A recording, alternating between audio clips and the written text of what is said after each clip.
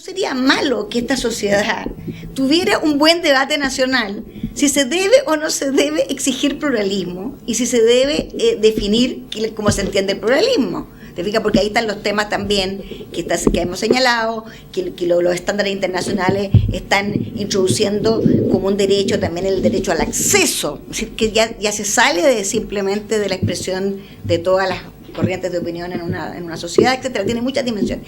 Pero aquí lo interesante, y lo quiero remarcar, es que tanto la presentación al Tribunal Constitucional como el veto tienen un grave problema con la institucionalidad de este país. Porque ¿qué es lo que pasa? Es que el tema de la reacción que ha habido frente a que se define y se exija el pluralismo es porque no se quiere reconocer la potestad del Consejo Nacional de Televisión. ¿Qué es lo que está diciendo la ley? Está diciendo de que a partir de si se promulga de esta manera, tal como está, que alguien puede hacer un reclamo sobre ausencia de pluralismo, el tratamiento de una noticia o etcétera, y que el Consejo, este órgano donde están todas las corrientes políticas representadas, va a juzgar si procede o no procede, y lo puede montar. Eso es todo. Entonces, bueno, igual, de la misma manera, hay un rechazo de parte de estas corrientes que están detrás del veto y detrás de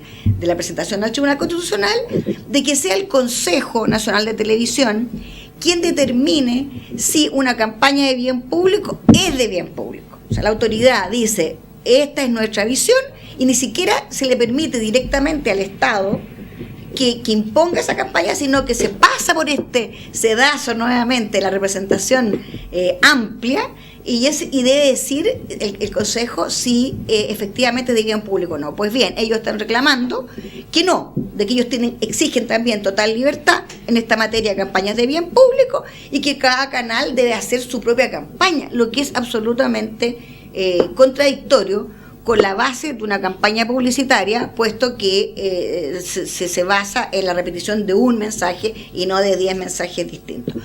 Yo me imagino que en una perspectiva democrática y liberal, que es el sustrato ideológico de todo régimen como el nuestro, teóricamente, debería hacerse una prevalencia, digamos, del interés, digamos, de la ciudadanía por expresarse con absoluta tranquilidad y que todos tengan acceso, que todos se integren. Ahora, otra cuestión.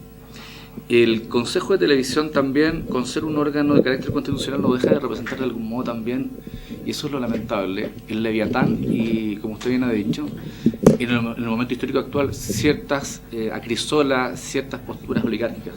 O sea, es bueno que haya un Consejo de Televisión autónomo del gobierno, pero la verdad es que, para ser bien honesto, el gobierno también incide, digamos, en la designación de sus integrantes. Entonces, siguiendo un poco el aforismo romano, ipso custodes, quod custodes, ¿quién nos custodia? Los custodios también.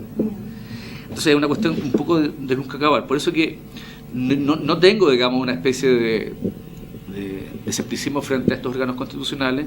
Tiene algún sentido, me parece correcto, pero el concepto, ya la idea de velar, indica intervencionismo, indica una intromisión que me preocupa, porque por lo menos dentro de la ley no me parece que haya un perfilamiento muy adecuado al concepto de velar. Y finalmente, voy a insistir en que las personas y los ciudadanos, antes que los consumidores, son los que tienen que hacerse valer. Y yo creo que en ese sentido hay una abdicación. El Consejo Nacional de Televisión, por mucho que se le amplíen sus funciones de rol fiscalizador, poco va a poder hacer en la medida en que no tenga una representación ciudadana también. Hoy día lo que ocurre al interior de quienes integran el Consejo Nacional de Televisión es que se transmuta el cuoteo político que se produce en otros espacios. Por lo tanto, aun cuando hoy día ampliáramos, aun cuando esta ley, y por eso que creo que la ley es insuficiente, porque aun cuando la ley efectivamente tiene avance e incluso tuvo cosas como, por ejemplo, intentar ampliar el rol fiscalizador del Consejo Nacional de Televisión, yo me pregunto, ¿eso es suficiente hoy día? ¿O es lo que necesitamos para validar justamente, para garantizar el derecho a la información de la ciudadanía, a la comunicación social?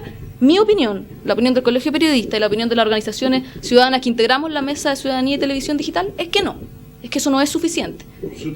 Es que no es suficiente y por ende la ley es insuficiente. En la medida en que existan órganos reguladores que sean capaces de velar porque existan contenidos, medios de comunicación que garanticen que aquellos sectores más vulnerados, con menos herramientas de educación, que generalmente tienden a ser excluidos por el discurso mediático, por la opinión pública, poco representados en los espacios institucionales políticos, que se garantice que esos derechos tengan acceso a los distintos, a las distintas cosas que te otorga acceder a un medio de comunicación, poder proponer tus propias opiniones. Por lo tanto, para ellos sí hay que tener un resguardo superior.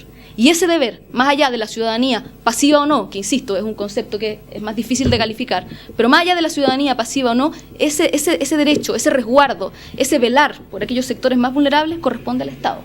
Todo el proceso de discusión de la ley en el Congreso ha sido una lucha de David contra Goliat. Si vemos las pequeñas organizaciones con sus minúsculos recursos, con sus esfuerzos titánicos versus esta articulación, que me parece que quedó claro que estaba muy aceitada, la articulación entre grandes empresas que vos mencionaste. Chile tiene una de las concentraciones de la propiedad más altas de la región, con tendencia al aumento.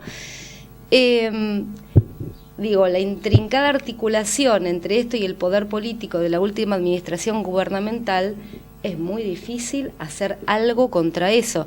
No me quiero consolar, ni justificar, ni decir que por esto tenemos que tirar la toalla, no es así, pero de verdad creo que hay una responsabilidad inmensa en el Ejecutivo y está bastante claro qué intereses, siguiendo la ley, viendo cómo no se difundió el plan de espectro, cómo se intentó que las concesiones se renovaran por tiempo indefinido, etcétera. No vamos a entrar en los detalles de la ley, que son enormes, pero ¿dónde se ubicaron, los parlamentarios de la Alianza, dónde se ubicó el Ejecutivo y claramente cuánta vinculación tenían con la defensa de intereses de los grandes medios?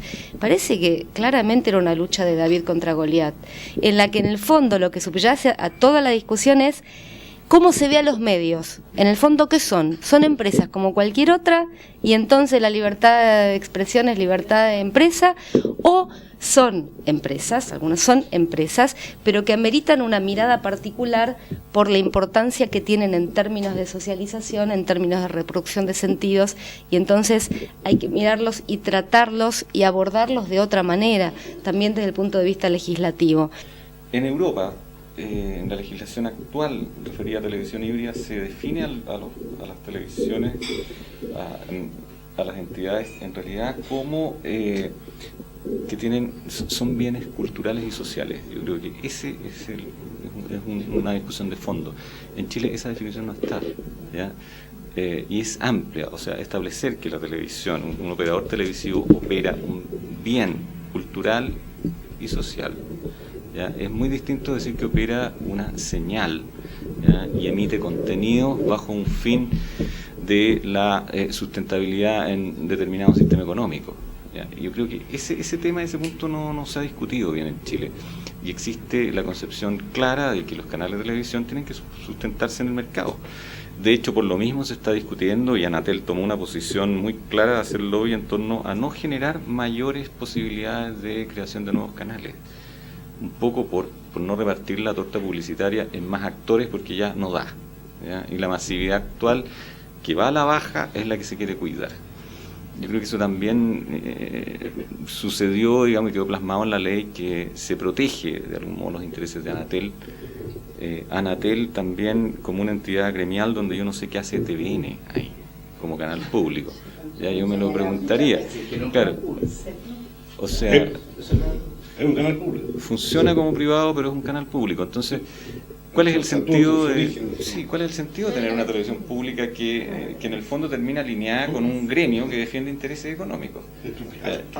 Yo creo que hay cosas que discutir, y en el tema del pluralismo es muy, muy amplio el debate, pero yo quiero poner el foco en esos dos ejes, o sea, el pluralismo al interior del medio y en la conformación de la industria del medio. Y eso yo creo que no se tuvo en cuenta en la discusión de la ley, y los parlamentarios tampoco lo consideraron de una manera suficiente, y finalmente quedó, como siempre, vulnerado esa óptica en la ley que se aprobó. Muchos de los artículos vetados o de los artículos que fueron cuestionados por la UDI en el Constitucional son temas que se incluyeron en la ley a través de reivindicaciones de la ciudadanía. O sea que eso es muy llamativo. Entonces, a mí en ese aspecto me parece bastante positiva la intervención que se ha hecho. De hecho, creo que cuestiones como el pluralismo han entrado porque han entrado a través de estas indicaciones, ¿no? Bueno, en general me parece que Chile cuenta con muy pocos mecanismos para facilitar la participación ciudadana, ya sean consejos ciudadanos, ya sean mecanismos donde tú puedas debatir, donde te puedas medir con otros,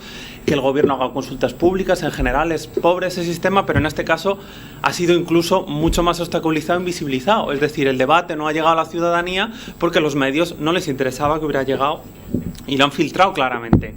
Cuando estamos hablando de un medio donde hay una limitación, como es el caso de la televisión, y donde ya hay una primera intervención que es vamos a hacer un régimen de licencias, es inevitable que ya desde ese punto de vista, y que partimos de esa primera intervención, que tiene que haber un mecanismo y se tiene que velar de alguna manera. Y aquí las organizaciones internacionales, los estándares internacionales de libertad de expresión, precisamente lo que dicen es que para defender la libertad de expresión tiene que haber esos mecanismos.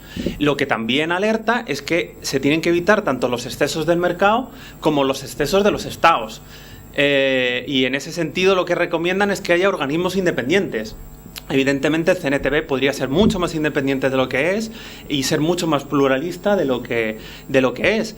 Pero en ese caso, desde la perspectiva de los derechos humanos, está claro que esa defensa de libertades necesita de mecanismos. No sé si velar puede sonar un poco intervencionista, y no lo entiende como un intervencionismo en el sentido de atentar contra la libertad, sino de potenciar ya no solo la libertad de expresión, sino también la libertad de mercado.